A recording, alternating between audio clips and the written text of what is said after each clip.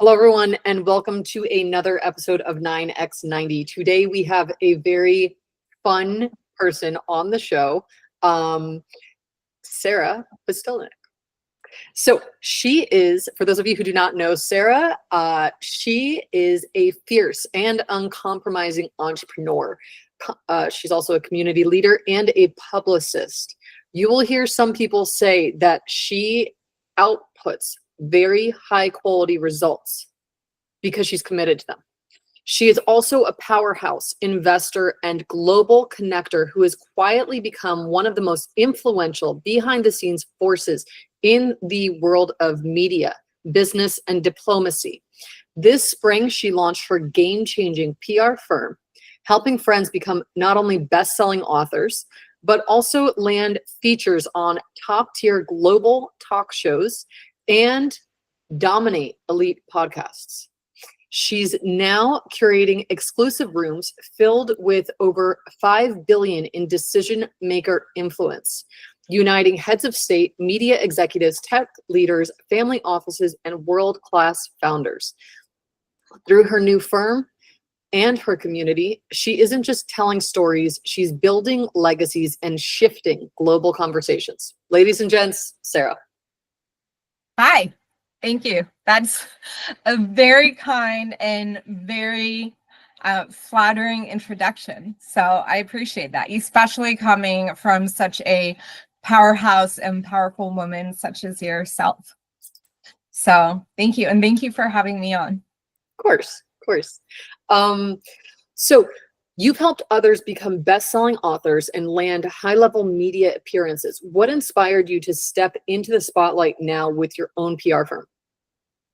So it's actually interesting. So this is kind of an extension of a company that I've had and I have worked with. That's been my company for a few years. And so this is me kind of growing it and sort of seeing where it would eventually go to. And it was kind of almost a natural transition with it.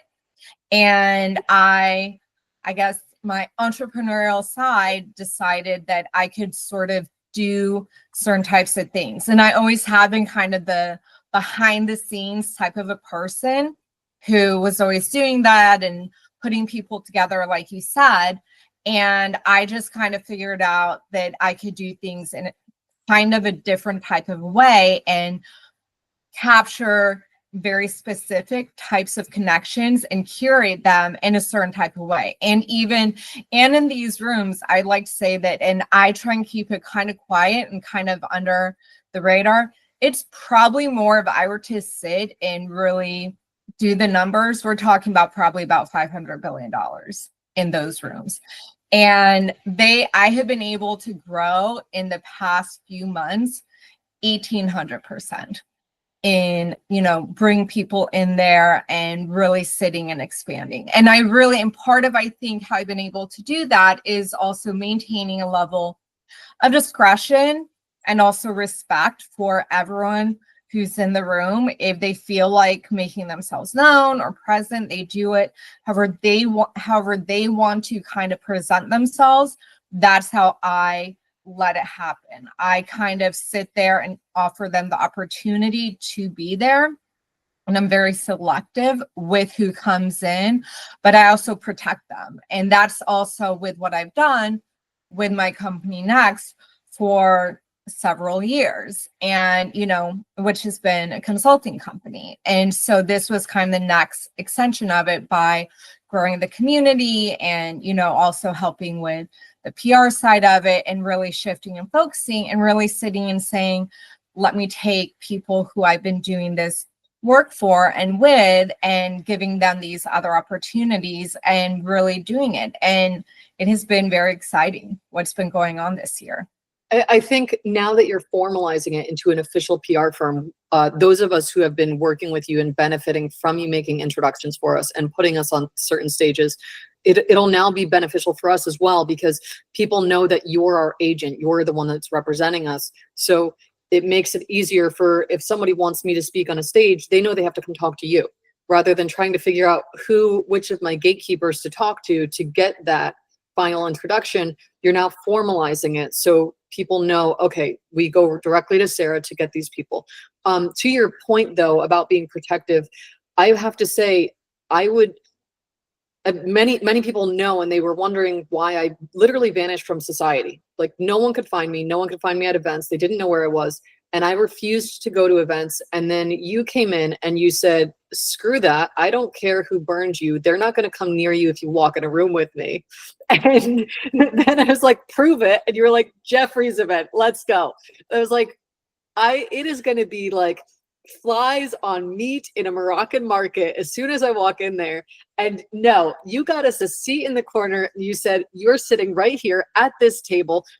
If you recognize someone, you can nod and they'll come over to us, but no one will dare walk up to you when you're seated at this table. And you had me set positioned between you, a Rockefeller, and a Cartier. Like I could not be more insulated and protected. So I've seen it for my own, myself, the level of protection you give to your friends who are in high profile positions, who like to socialize, but they also like to feel safe and insulated, and they want to go to parties, but they don't want to have people just like swarming them with pitching horrible things. So I appreciate it too. Thank you. Thank you. And that's what I try and do. And I think it's also because I understand from a personal level just how it can feel. And so I think that I try and, because there's kind of that concept of you want to do business with your friends. And so we all learn from experiences and what we've gone through. And so I understand how I feel with certain things and that I like to really feel protected. And so I feel that same type of fierceness with my friends and also who I do business with. And I think that people kind of understand that and get that about me. And so I am a fiercely loyal person and I will go to bat for people. And so, and I also have a very interesting Rolodex. And so that's why I'm able to sit and talk to so many different people and gain access to those different worlds because of it. And, you know, a lot of this absolutely is coming because I learned things, you know, growing up from my father, who was absolutely one of my biggest mentors and inspirations in everything that I do. But it's, you know, I think you kind of learn how to pivot. And I think that's part of what's going on is that I'm learning how to pivot and not even necessarily pivot, but I see it as also just expanding and growing and being able to sit and say, hey, I'm going to take what I have and I'm going to add other things into it because people want and crave certain things in life and they want that community and they want that opportunity to also get put on and they want that access and they want, and just like what you're talking about, they want to feel that type of protection where they can walk into the room and feel safe. And I understand that on a personal level. And so then I sit and look at anyone who I'm doing business with or any of my friends, and I want them to feel safe in that same personal way.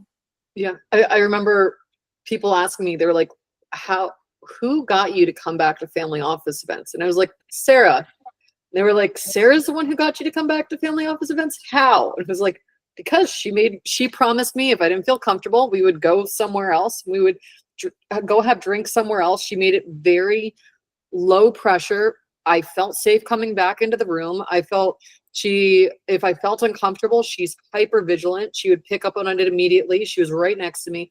That level of attention, loyalty, and protection is very, very rare. But you also, like, I think something that you're glossing over, and you don't give yourself enough credit here. You were raised by industry titans who forced you from a young age to be very comfortable walking up and having conversations with the most intimidating people on the planet. And I think it's also probably, I don't even necessarily talk about that. And also probably because I've tried to do things on my own and really kind of create that. And it's also because I think I also felt very intimidated. I do have a level of myself that is kind of, as much as I'm an extrovert, I'm also an introvert. I'm one of those extroverted, introverted people. And so I was one of those people who is always kind of, I want to be the hype girl and get everyone else elevated and put them on the stage, but I don't actually want to be there. And so I'm very humble and quiet about certain things. And so, people can figure things out, but I just am kind of quiet about it. Also, because sometimes it's just, I take it as it's, my business, it's my family. And, except if you're close to me, I don't necessarily feel like I need to talk about certain things.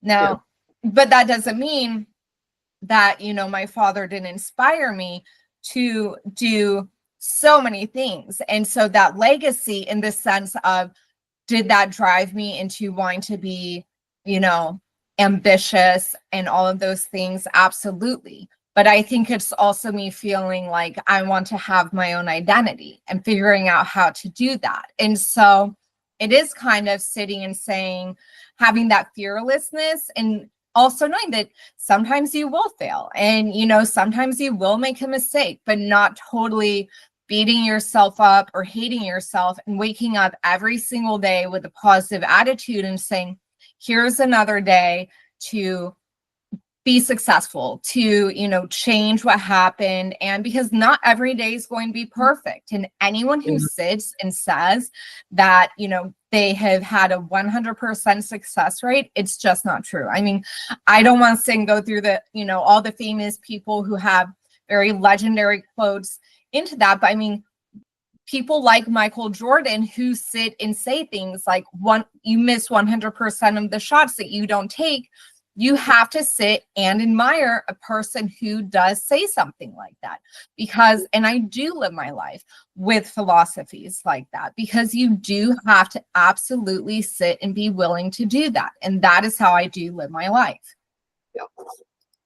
So you're hosting an event that I'm speaking at, and you have over 5 billion in decision-making power attending that event. How did you curate such a powerful group, and what's the deeper goal behind bringing them together? So this was part of what I really wanted to do. Was I have always been a big believer in empowering women. That is very important to me, and across the board, not just in business, but in all different areas, whether it's philanthropy, sports, healthcare, you name it, but women having a voice, but also women and men working together. That's very, very important to me, that it's, basically an equal playing field for everyone, and it not having to be, loud or vocal, but just, we're all sitting at the table together and having that smart conversation.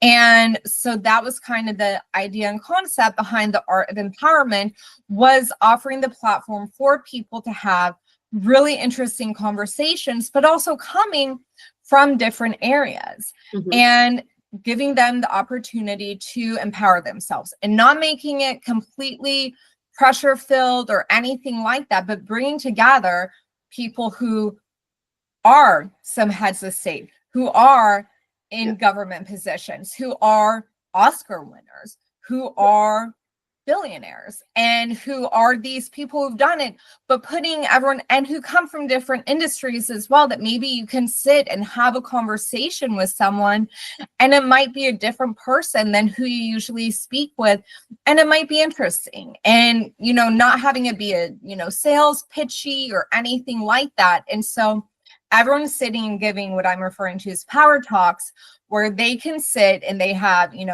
about 3 minutes to sit and, of their choosing, talk about what they want to, that is their opinion of inspiring and powerful.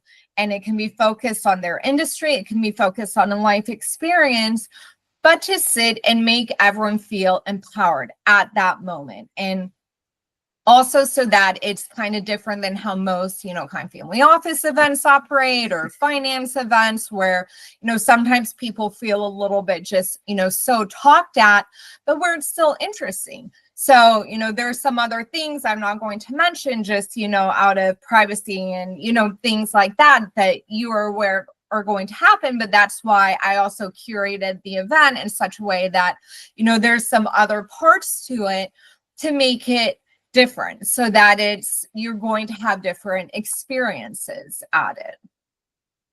So there are thousands of PR firms out there. What sets yours apart?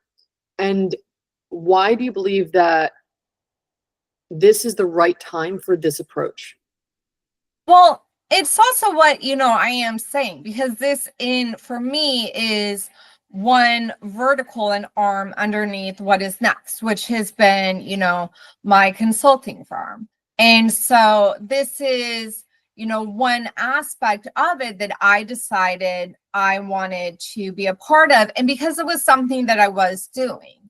And so it was kind of, I had sort of naturally started sort of doing this for, friends and people I was already doing business with. And so I just kind of, and I had started building these communities out, and they grew so fast, and I was able to basically grow them to, 1,800%, and had $500 million in the room, and, so many powerful people.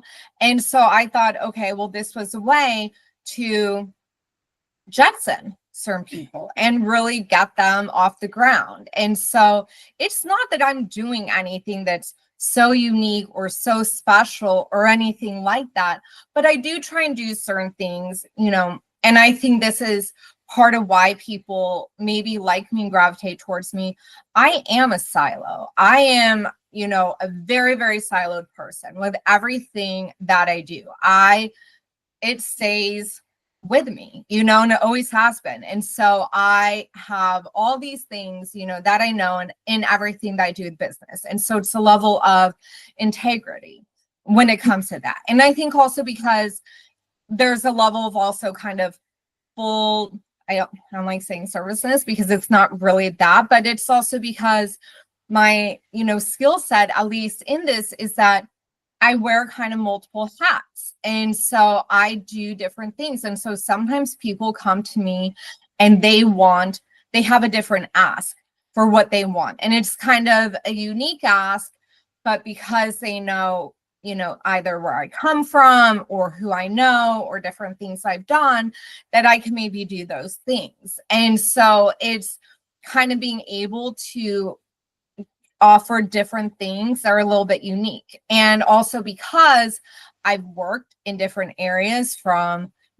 media and tech, and I'm also very industry agnostic, energy, AI, healthcare, you name it. And, and so I understand all those different areas. So I can kind of tap into all those different areas and really sit and do that. And I try to, in the most subtle way, just bring people together. And I have sometimes you're not so subtle. You're like, I remember we literally like just met, and you found out I wrote this 440-page marketing book, and there were like people closing like hundreds of billions in deals, like as like the headliner names in this book, and you're like, my best friend and my boyfriend are going in your book. And it's like, the book has gone through 15 rounds of publishing from an international editorial team across different countries. I can't add 2 more stories. You're like, no, you have to. And you were just like tenacious about it. And then you ended up like sleeping over to make sure that I put the stories in the book, negotiated all my contracts, and met the deadline. Because I was like, I'm going to miss my deadline putting your friend's stories in the book. You're like, I'll make sure you don't miss your deadline. It was like, what's this chick have planned? And then you literally were sitting there with me like, I don't know anyone who's negotiated 15 contracts in a day. And you were sitting in my office with your coffee, like, okay, let's go. Next contract, next contract, next contract. It was like, holy cow. Like, I've been adopted by a force of nature. Like, I can literally achieve anything with you in my pep cheerleader, pep squad, whatever it's called. I was like, wow. So I would say with your approach to being a publicist who's representing someone, you don't just do what traditional publicists do, where they're kind of like, oh, you should check this out. Oh, you should check that out. I'm going to put you on 4 podcasts over the next 4 months. Like, you're very, very proactive about it. You're very tenacious. When you decide to get someone into a book or on a show, you do not back down. How you managed to squish. I've never done more than 3 interviews in a day, and you were like, we're doing 4 in a day. You are going to nail it. It's going to be fine. It's like, oh my God, like there is no way that anyone is not getting the PR that you want them to get. So I'd say you're very, very unique in your approach, because when you focus on something, like someone cannot say no to you. Like they will be on that show. They will be standing on that stage. Like there aren't a lot of PR people that do that.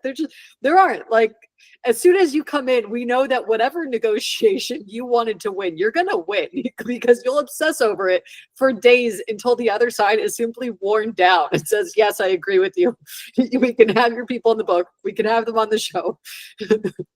Because it's also because it's what I said too. When I champion someone, I champion them and I want to see them succeed. It makes me happy.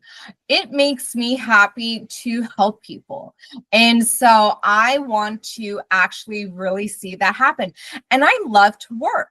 And that's the other thing. I will work 24 hours a day, 7 days a week. And some people don't necessarily like that approach to things, but they don't necessarily have to do business with me. For me, I don't view it as work. I view it as just, that's my life. Because when you do what you love, it doesn't feel like that. And so I chase doing things that make me happy and give me pleasure. And it makes me happy to empower my friends, to elevate them, to see them succeed. And so if there's something, and then if I see where I can play connector and match the dots, and where, you know, some people will be a good fit on something, I will sit and say, hey, let's make this happen. And so even if you say to me, tell me, you know, some people who would be good for the show, I just sit and I'm like, okay, think through the Rolodex. And I'm just like, okay, this person, this person, this person. And I just start, you know, ramming it in and saying, and then I'm making sure, like, okay, have they done what they need to do? Oh, that was huge. Yeah, because there were some people who applied to come on the show, and if they didn't have you championing in their corner, they were like, yeah, I'll get the form to you. And I was like, listen, we have a professional production team. We have a professional production cycle.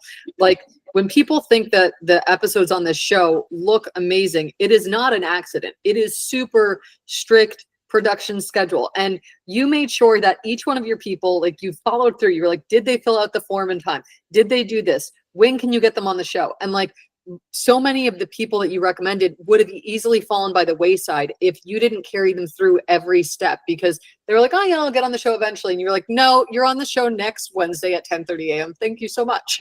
Yeah. Not only are you getting them the PR, you're making sure that they do not miss it, because you're representing people who are operating at such a high level and they're literally going from international meeting to international meeting, and it's crazy. Yeah. Yeah. And so I understand, because we are all living very, very busy lives, but I also think it's respecting. And so if you are sitting and you're saying, hey, I'm going to bring you on the show, they also have to respect your schedule with that. And so it's a mutually beneficial thing. So even if, you know, they are this very powerful person and what they're doing is very important, you're just as important. And so I see it in that way, that it's two people who have to be mutually respectful to each other. I will tell you, it's like the billionaires and ultra billionaires are my lowest maintenance people for getting on the show.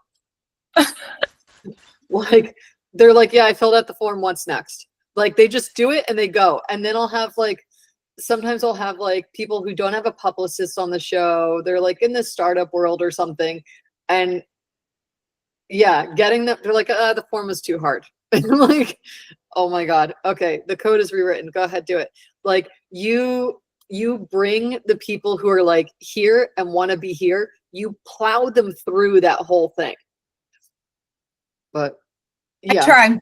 I try, but it's, you know, it's just sitting there and and I will say it's probably also because I did see certain things as far as that type of very personal white glove touch feel from certain things from growing up. And so I do understand that. And I understand very different personalities. And I have worked and been exposed to either on the family level or the professional level or on the personal level, so many different types of personalities that I think I have hopefully learned to adapt to those different types of personalities. And so that's also part of where, even when I'm trying to play matchmaker with people or say like, hey, will these two connect to each other? Can they do it? Will this person be a good fit?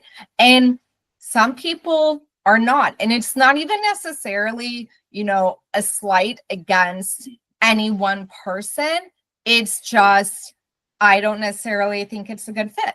Oh yeah, and you know my speed. I'm like zero bullshit, zero patience. If someone's intimidated by me, I'm like, okay, wait until they don't feel insecure about me before you put them in the same room as me. Because I'm not going to like put up with them doing these petty power plays just because they feel insecure. And so, yeah, you know me well enough to know when I'll devour someone, because I'm like, no, I am not their mother. I'm not their grandmother. If they want to make a hot mess of themselves, they can go over there. Tell me when they're serious. And you're like, you shouldn't go near a D right now.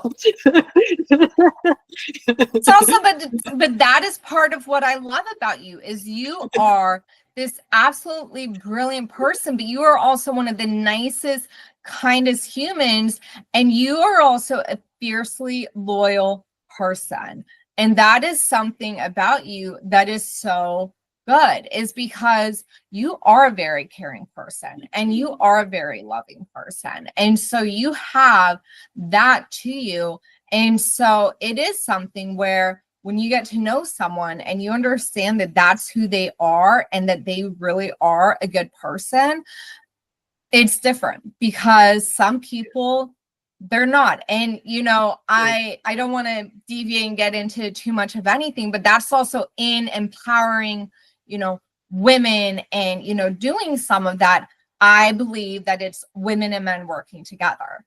And it doesn't have to be a social movement. It doesn't have to be some huge proclamation. It's really just, we can all sit at the table together and we can all talk about things, whatever it is. And that's really, with doing this, starting to do these events and doing, the art of empowerment, that was also part of the concept, was people can sit and talk and really experience that. And so that's what happened at the first event. Was it was a whole bunch of different people and really industry leaders, but from different sectors, who really got to sit and talk to each other and have real conversations with each other, and maybe got to learn something. And that was important to me, for them to be able to sit and walk away and feel like they've been empowered. You've stayed intentionally humble while building a serious influence. What was the moment you knew it was time to channel your impact more publicly? Because I mean, you have this WhatsApp community where literally you have people in there that are moving hundreds of billions. You have foreign ministers, you have family offices, and like you're making some huge connections in this tiny, like super secret WhatsApp group. When did you realize it was time to have a more public facing impact? I don't know if I exactly have decided that that's what was happening. And I mean, some of it honestly comes from, friends and people in my life, such as yourself, such as, Alex, and people like that, who have really sat and believed in me and really sat and said, you maybe don't believe in yourself, but we believe in you and we see that. And so, because it is hard for me to sit and won't put myself out there. I am it's what I said, I'm an introvert extrovert, but I don't necessarily want to take the stage. So I would rather sit and put everyone in the room together, but it's hard for me to sit and want to speak publicly or do any of those types of things. But if this is something where to really sit and say, here's how I can really have that type of impact. Here's how I can really go to that next level. Here's how everything that I dream of, that I want to do, that I believe in, and really truly elevate women, elevate everyone, empower everyone, then I do have to speak a little bit more and not feel so shy, or, take the, have the extroverted side of myself come out a little bit more and do that. And it is not a natural thing for me to do that. It's much easier for me to do it for others than it is for myself. But I do have everything that I love and I want to do. And so I sit and I try and, do that for everyone else. But I, thought that here are ways that I can make it larger and bigger and really grow things and really possibly scale and turn it into something that, I grew things 1,800% in, days, and like a lot of money, but not even just money, but cultural influence, political influence. And it's also, but I think it's also that people have this kind of, they understand that I'm not forcing anyone to do anything. It's voluntary. People want to come and be a part of the community. And if they want to even volunteer that they're even there, they can. They don't have to sit and vocalize who they are or that they're even sitting there. But if they feel like sharing and contributing, they can. Otherwise, they can sit and be a part of it. And I think, that's a little bit of it too, is that not feeling that kind of pressure. You've helped so many men and women rise through media and influence. What's your biggest advice to, well, let's focus on women because you have the women's empowerment event coming up. What's your biggest advice for women who know they're powerful but haven't yet claimed the microphone? I would sit and say, and this is what I had to do and what I had to learn. And I will go back to the Michael Jordan, but I'll also say something, actually, what my dad said to me. My dad said to me, don't be the cheerleader, be the quarterback.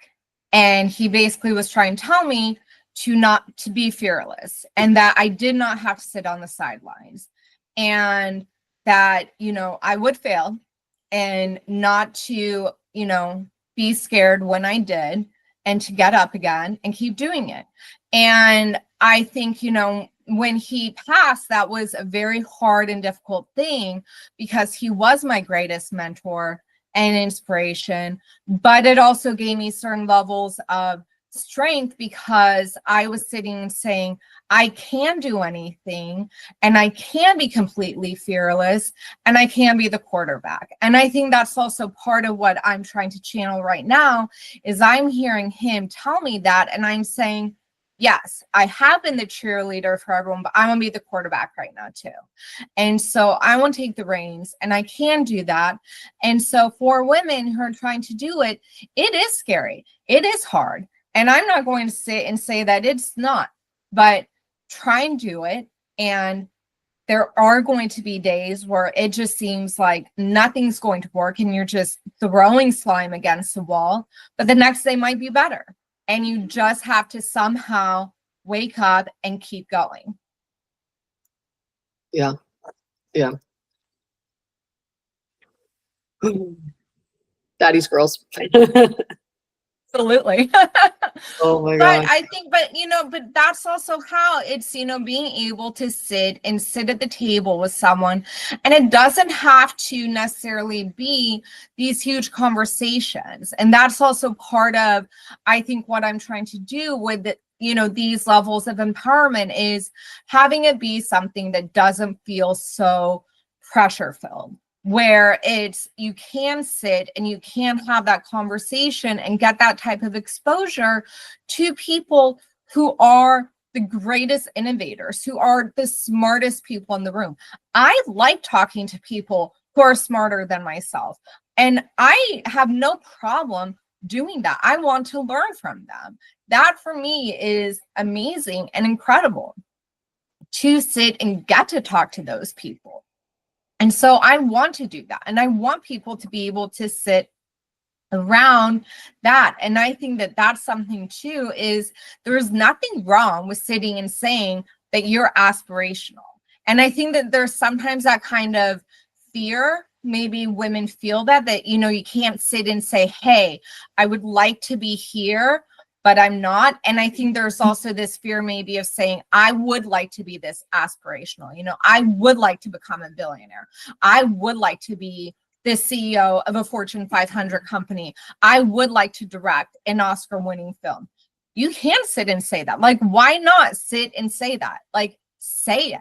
You know, say it out into the universe. Maybe you do it, maybe you don't do it, but there's nothing wrong with being aspirational and sitting and truly going after those dreams.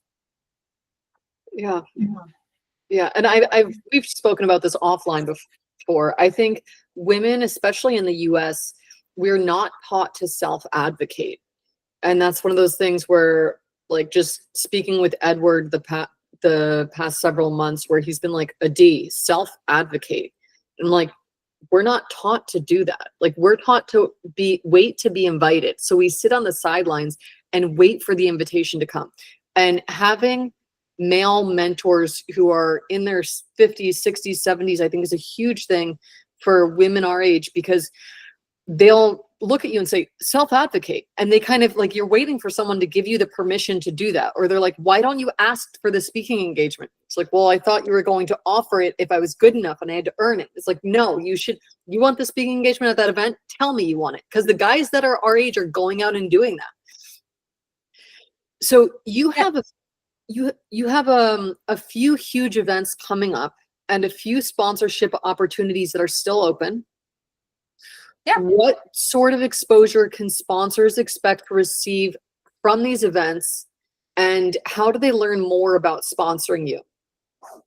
Well, they can, if they want to get involved and they want to be a part of it, you know, it's pretty easy to, you know, contact me, you know, either email, phone, LinkedIn, all the normal traditional ways of how we do it. And there's different, I mean, I have subtle different ways of doing it. And some of the best ways and, you know, exposures that people get is if they are qualifying people who are sitting and, you know, they get exposure to the community. And that's probably one of the biggest and best things that they can get, is that they can get exposure to the community. And I will sit and curate very special, specific things for someone to actually have that is actually very even targeted for that person. And so that's always been my kind of matchmaking, you know, area of expertise, I guess, where I kind of sit and read the tea leaves. And so, but, you know, it's a community. And so that's, you know, part of it. I mean, there's obviously, you know, other things, but I think if you really want that type of access, that's what you're getting. Very cool. Yeah. And so if you want to sit in a room with $500 billion worth of money and government and cultural influencers and Oscar winners and, you know, different, you know, then you can come and sit in the room. And one thing I do love about the way that you do things versus other people in this space is you don't look at your black book as owning people. You're a hyper connector. So when you found like beneficial introductions for me, you've just flown through and made them like, Adi, meet this person, meet this person, meet this person, meet this person. And that's when people are asking, they're like, who should I know? I'm like, you should know Sarah, because she will connect you with exactly who you need to be connected with. And because I think it's really important. And I think that that's something where people don't do that enough. And I think also, and that's also where women don't sometimes make the ask, is that they do want those connections and they do need those connections. And I know people in my life who have done that for me, and I am grateful to them for how they've done that for me. But I'm very much a person who pays it forward. And I will, off the record, tell you a story about, you know, where some of that philosophy comes from me, which is a family related thing. But it is something that it's very, very important to me. And I am a hyper connector. And so I really sit. And so sometimes I might meet someone at an event, or even just sitting, you know, in an airport or at a bar, who knows, like Trader Joe's, I don't know.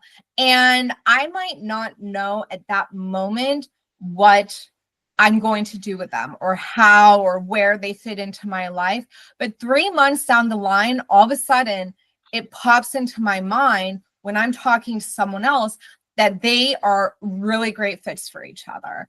And so I sit and I really think about that. And I just really remember that. And so, and I also really try to maintain my connections and my relationships across the board with everyone and to everyone. And I do think it's important to share. And I do think that those are really important things. And, you know, I have seen that sometimes where, and I hope that also women start to become like this more with each other, that there is more of a support system, that women really do start to really want to empower each other, because that is a very important thing for me. Because it's, and I think that's, you know, what I'm saying is it's not just about, you know, women sitting and saying, hey, you know, men need to do something. It's also that women need to do things for each other. If we're really talking about there being a sisterhood, it needs to be actually